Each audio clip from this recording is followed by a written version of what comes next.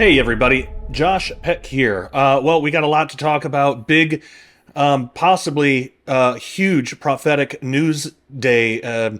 Is it possible, according to the prophecy of the popes, that Pope Francis might not actually be the final pope, but rather the next one will?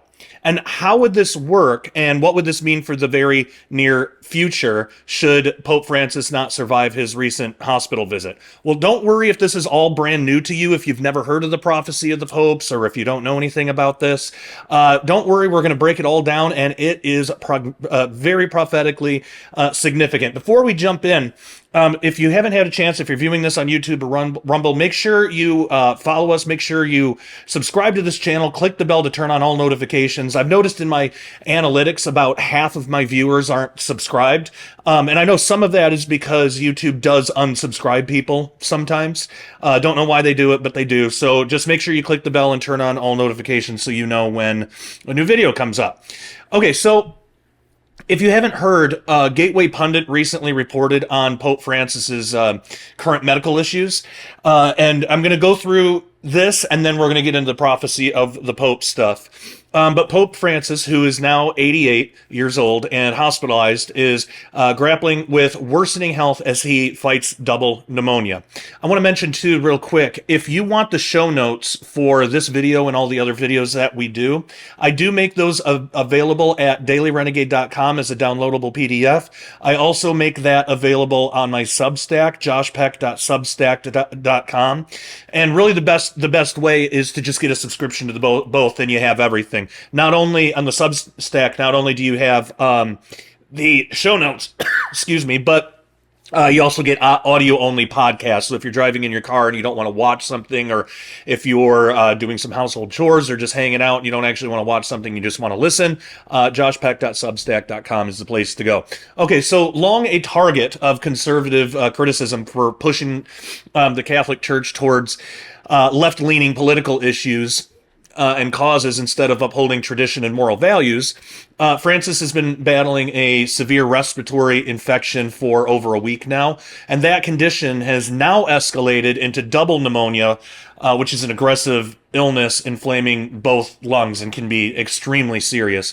A Vatican update confirmed that a chest CAT scan performed on Tuesday uncovered the onset of double pneumonia. So the update noted, quote, polymicrobial infection, which has arisen in the context of bronchiectasis and asthmatic bronchitis, and has required the use of corticosteroid and antibiotics, makes the therapeutic treatment more complex, end quote.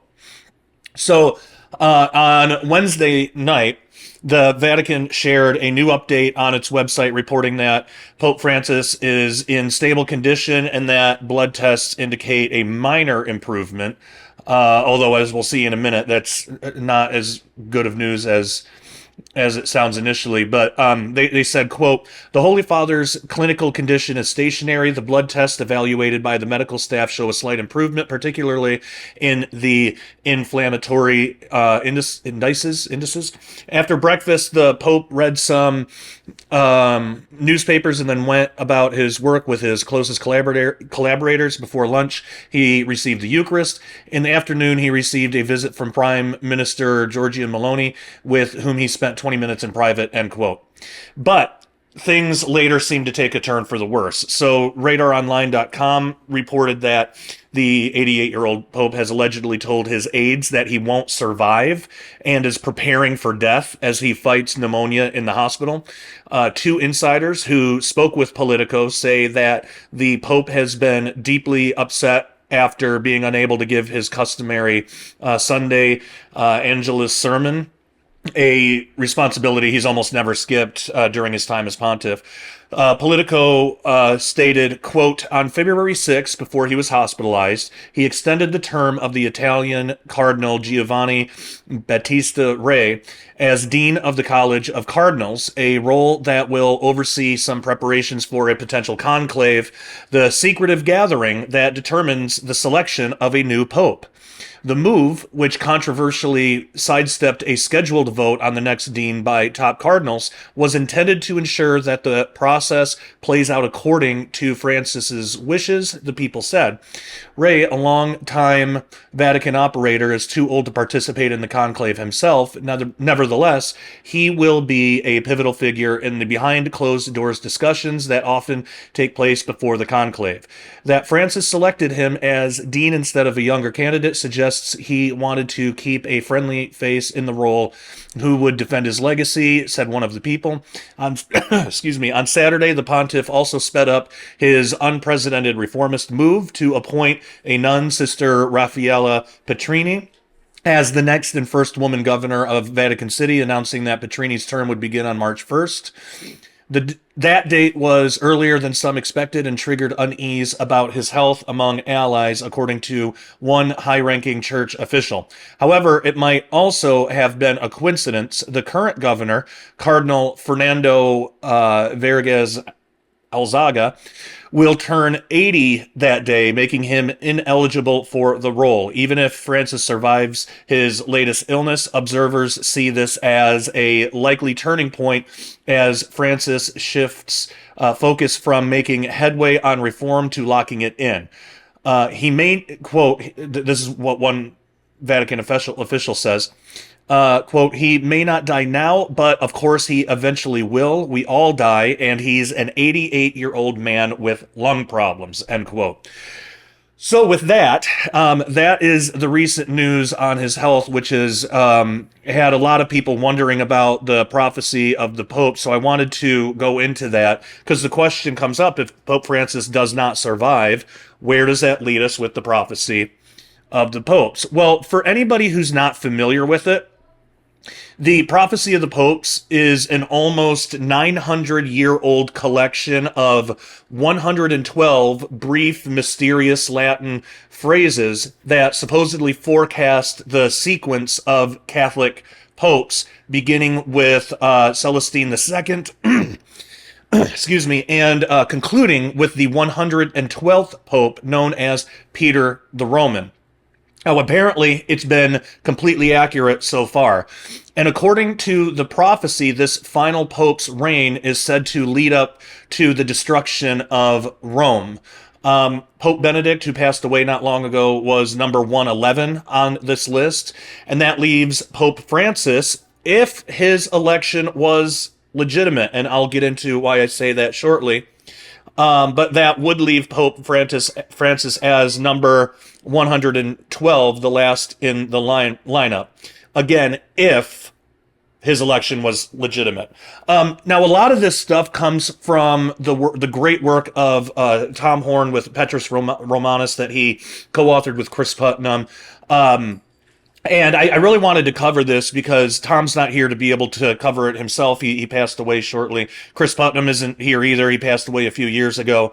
And I've co-authored stuff with Tom Horn as well, most notably Apollyon Abaddon Ascending, excuse me, which I do not believe is in print anymore. But regardless, I wanted to cover this. Tom was a really good friend of mine, and he was absolutely brilliant. We were really close. And so, you know, since he's not here, I figured I'd cover it. So this is so I just wanted to give credit where credit's due. Tom Horn is the one that really pioneered all of this research. But here's the line in the Prophecy of the Popes that's assigned to the 112th, the last pope. It says, quote, "In the final persecution of the Holy Roman Church, there will sit Peter the Roman, who will pasture his sheep in many tribulations. And when these things are finished, the city of 7 hills, i.e. Rome, will be destroyed, and the dreadful judge will judge his people, the end." End quote. So some Catholics believe that the final pope on the person that did this did this whole prophecy was named Saint Malachy. But again, so far as it seems, every single one has been accurate. Every single one of these little lines about each pope. But some Catholics believe that the final pope on St. Malachi's list signals the start of a great apostasy and a subsequent great tribulation, paving the way for apocalyptic events. And that's a view that plenty of non-Catholics might follow along with as well. You know, I'm a Protestant, but I pay attention to this stuff. If it's true, then we want to know it. You know, no one gets into full-time ministry to make money. At least no one should. Given that, Daily Renegade accepts donations from those who care to help keep us going. Now, because Daily Renegade does not want to be told by the government what we can and can't say, we're not 501c3, so your donations are not tax deductible, but that's not why you're giving anyway, to get something back for yourself. Speaking of which, we here are never going to promise that if you donate, God will reward you with even more financial success. We're not about making promises for God here. But what I can promise is your donations are very much appreciated and help the continuation of everything we do here at Daily Renegade to reach the world with the truth of the Bible. Also, as many of you know, my son Nathan has had some very serious medical issues that we are treating with good, all-natural and holistic remedies. But of course, those are very expensive and are not covered by insurance, so your donations help go towards his health care as well.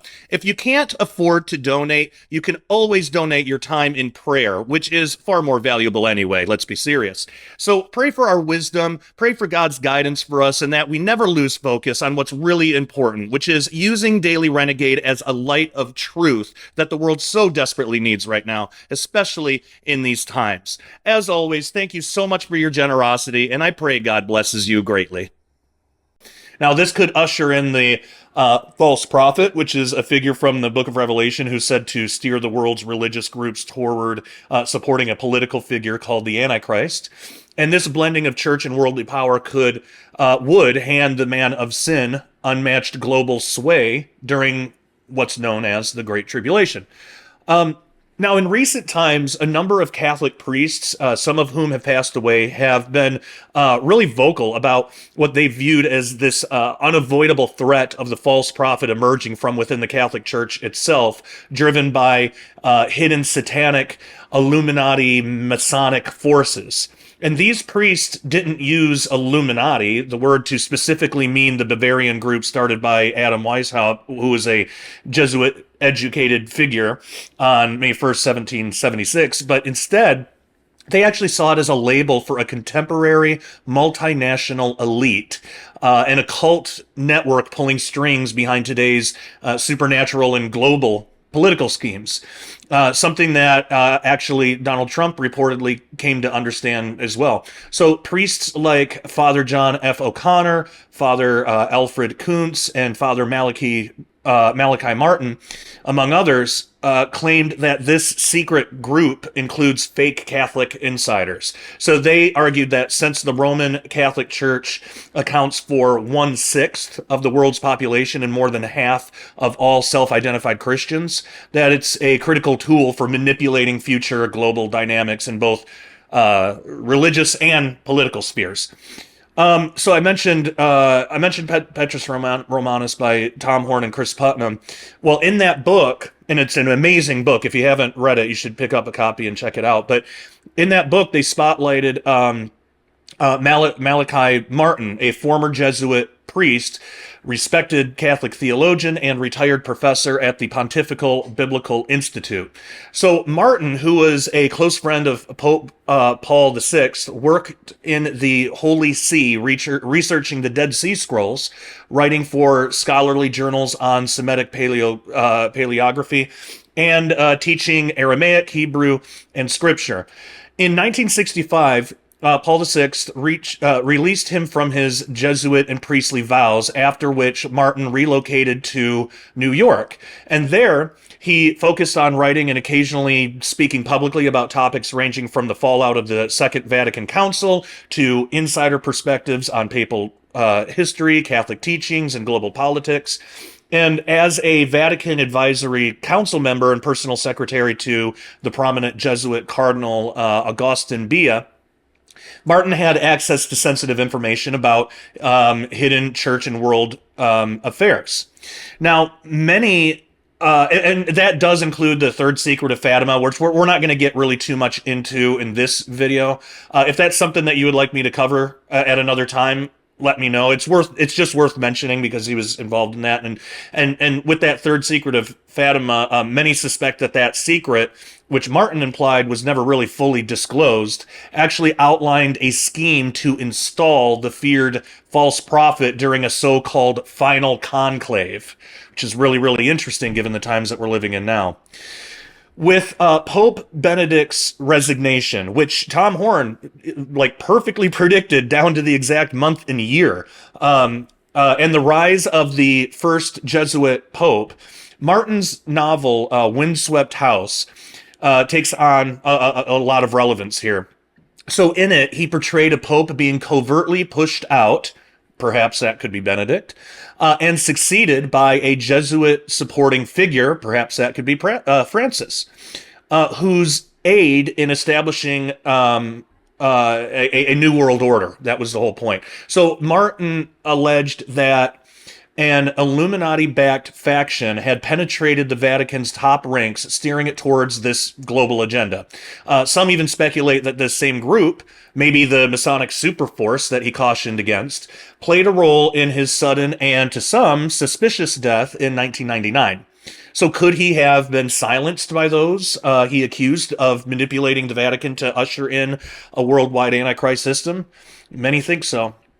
Now, it's worth noticing, or it's worth noting, how charges of apostasy are piling up, or have been for a while, have piled up against Francis from other corners too. So a slew of prominent Catholic websites, blogs, and forums are buzzing with debates about how he's been steering the church towards a split, ironically echoing the prophecy tied to his namesake, Francis of Assisi. That saint famously foretold of the last pope. So again, this is the namesake of Pope Francis. He took his name from Francis of Assisi, and this is what Francis of Assisi said, quote, "At the time of this tribulation, a man not canonically elected will be raised to the pontificate, who, by his cunning, will endeavor to draw many into error and death. Some preachers will keep silence about the truth, and others will trample it underfoot and deny it. For in those days, Jesus Christ will send them not a true pastor, but a destroyer," end quote. Isn't it strange that he would take his namesake from him? You know, because this would clearly be talking about Pope Francis, if it's accurate. You know, if that's a real prophecy there. So very, very eerie, very strange, but. Even a well-regarded Italian Monsignor, once a consultant for the Vatican's Congregation for the Doctrine of Faith, has publicly urged Francis to put an end to the confusion and apostasy that he's stirring among priests and bishops by correcting his ambiguous and erroneous words and acts. Yet, Francis moved swiftly to oust dissenting leaders and swap them out for supporters, including fellow Jesuits, which is another red flag that Malachi Martin raised in his warnings. Well, some time ago, Francis intensified his campaign against conservative Catholics and those focused on prophecy, taking aim at the American religious right, including Steve Bannon, who was an advisor to Donald Trump. And that unsettling shift led Jose Gallet, the head of a major Catholic TV network, to openly declare that Pope Francis is the false prophet who, in his view, is paving the way for the Antichrist. Gallet also insisted that Benedict, whom he considered the real pope, was somehow coerced into stepping down in 2013. And he claimed that Francis, quote, was elected by a mafia of cardinals, end quote, aligning with other Catholics already noted who suspect a hidden plot behind the rise of this unprecedented Jesuit pope. But maybe one of the strangest twists came when the Vatican opened an investigation into a Catholic group of exorcists called the Heralds, who, after reportedly consulting with Satan himself, concluded that Pope Francis, quote, is the devil's man, end quote. But there's a curveball here. What if Francis isn't actually Peter the Roman or Petrus Romanus, the last pope in Malachi's prophecy? What if that shadowy superforce of Catholic Freemasons, which Malachi Martin flagged as a threat, is exploiting Francis and his progressive leanings to pull off an elaborate end time scheme? Could they be reshaping Rome into a socialist Marxist tool to set the stage for the true final pope? And what if the same George Soros backed globalist crew that opposed Trump from his first term is now collaborating with Francis to pave the way, or at least has been, to pave the way for the Antichrist's worldwide reign straight out of Revelation? Well, a number of people believe that Francis was not legitimately, canonically elected. Hey everyone. Concerning the economically unstable times that we live in, it is a great idea to convert some of your savings into real money. Now, there is a big difference between real money and what we call money, which is actually currency. So our dollar is currency, which fluctuates. Real money, like silver, is a store of value over time. The best way to think of it is like this. If you had saved $1,000 in cash back in the late 60s, the late 1960s, that $1,000 would still be $1,000 today, but it would buy you significantly less today due to inflation. Now, if you saved that same $1,000 in silver back in the 1960s, it would be around $28,000 today. So one of the best ways to protect your purchasing power is in real money, more specifically, silver. Now, you can buy and have the metal shipped discreetly to your door, and what most people don't know is that you can actually convert your IRA or even your 401k into physical silver rather than having all your life savings tied up in the paper fiat system, which is, of course, subject to hyperinflation. So go to dailyrenegade.com right now and click on the Cornerstone Asset Metals banner and sign up to get your free silver report. One of the financial experts will speak with you and find out the best way to protect your savings going forward in these uncertain times. You can also click on the link in the description below that goes directly to cornerstoneassetmetals.com. Make sure you tell them that Josh Peck at Daily Renegade sent you. It is time to stop trusting the evil beast financial system of the world and protect your assets today.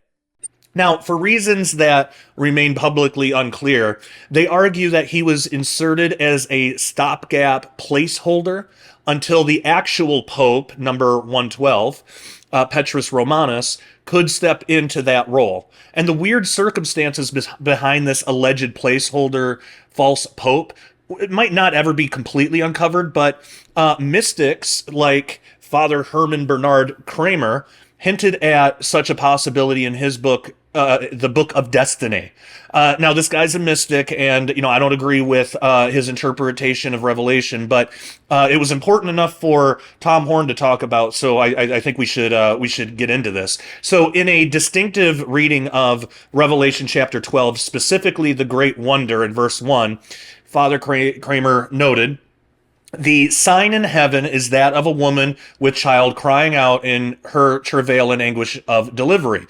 In that travail, she gives birth to some definite person who is to rule the church with a rod of iron," verse 5. It then points to a conflict waged within the church to elect one who was to rule all nations in the manner clearly stated. In accord with the text, this is unmistakably a papal election, for only Christ and his vicar have the divine right to rule all nations, but at this time the great powers may take a menacing attitude to hinder the election of the logical and expected candidate by threats of a general apostasy, assassination, or imprisonment of this candidate if elected. Okay, end quote. Now, even though I don't align at all with Kramer's take on the Book of Revelation, neither did Tom, but still, his concern that great powers may take a menacing attitude to hinder the election of the logical and expected candidate, that strikes a chord with the worries of priests highlighted elsewhere in the book Petrus Romanus. They too foresaw a looming crisis for the church, one that would pave the way for the emergence of the false prophet and Antichrist. Now, when Jesuit Jorge Mario Bergoglio became Pope 112, that's Pope Francis, taking the name Pope Francis, he quickly made several intriguing moves to tie himself to the Peter the Roman label from the prophecy of the popes. So first, he chose the name St. Francis of Assisi, an Italian Roman friar born Giovanni, but later known as Francesco di Pietro, or Peter di Bernardone, a name that directly translates to Peter the Roman, matching the prophecy's final line. Second, Pope Francis is well aware that Francis of Assisi was a prophet who warned that this last pope would, quote, be raised to the pontificate, who, by his cunning, will endeavor to draw many into error and death, for in those days Jesus Christ will send them not a true pastor, but a destroyer, end quote. Now, it's striking that Francis would adopt the name of someone who issued such a dire prediction about the final pope. And then third, and this one's really important, he appointed Pietro Parolin as the Vatican's Secretary of State, a figure whose name also evokes Peter the Roman, Pietro Parolin, and who could ascend to the papacy if Francis steps down, as Benedict did, passes away possibly, or is killed. If Francis's election wasn't canonical, Parolin could even be seen as the true Pope number 112 in that case. And notably, the New York Post recently pegged Parolin as the leading candidate to be the next Pope. So it's possible, if Francis was never really a legitimate Pope, that, and if this Pietro Parolin person becomes the next one, if Pope Francis passes away, that could be the real final pope, number 112 in the prophecy of the popes. And then we got to keep in mind the final words from the prophecy of the popes itself, which says, quote, when these things are finished, the city of Seven Hills will be destroyed, and the dreadful judge will judge his people, end quote. Certain Catholics suspect that something illegitimate might have taken place behind the scenes at the last conclave, suggesting that, for reasons still unclear, Francis was slotted in as a temporary placeholder until the true Pope 112, Petrus Romanus, could take over. And this idea might tie back to his choice of St. Francis of Assisi as a namesake, since that ancient friar foretold that, quote, a man not canonically elected will be raised to the pontificate, end quote.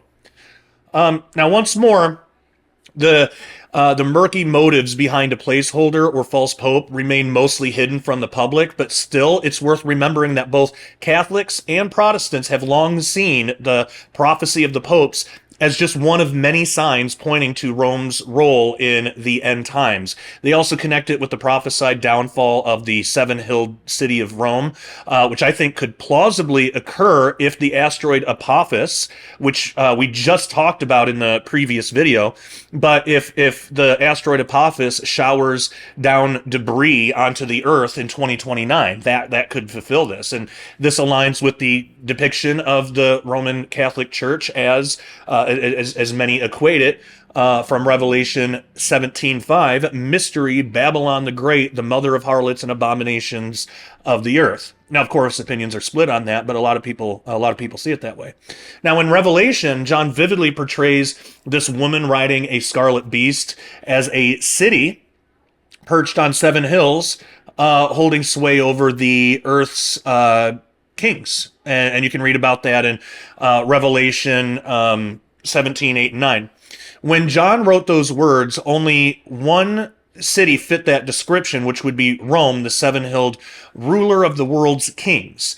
Now, though Rome's military and political dominance has faded over time, its seven hills endured as a spiritual and a religious powerhouse, really, still welcoming the earth's leaders who would come to kiss the Pope's ring to this day.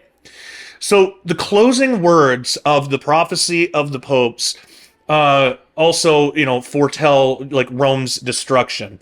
Again, it says, quote, in extreme persecution, the seat of the Holy Roman Church will be occupied by Peter the Roman, who will feed the sheep through many tribulations. When they are over, the city of seven hills will be destroyed, and the terrible and fearsome judge will judge his people, end quote.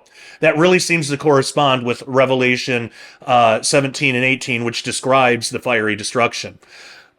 So, with all that, It's possible that we're just right now on the precipice of the prophecy of the popes actually legitimately being completely fulfilled. The next pope could be the very last one, Peter the Roman, who might in turn fulfill the prophetic role of false prophet from the book of Revelation, or at least usher him in. Who knows? But, as always, we'll have to keep our eyes open to see what happens, and we'll have to keep you updated on any new developments. So, with all that being said, that is today's update video.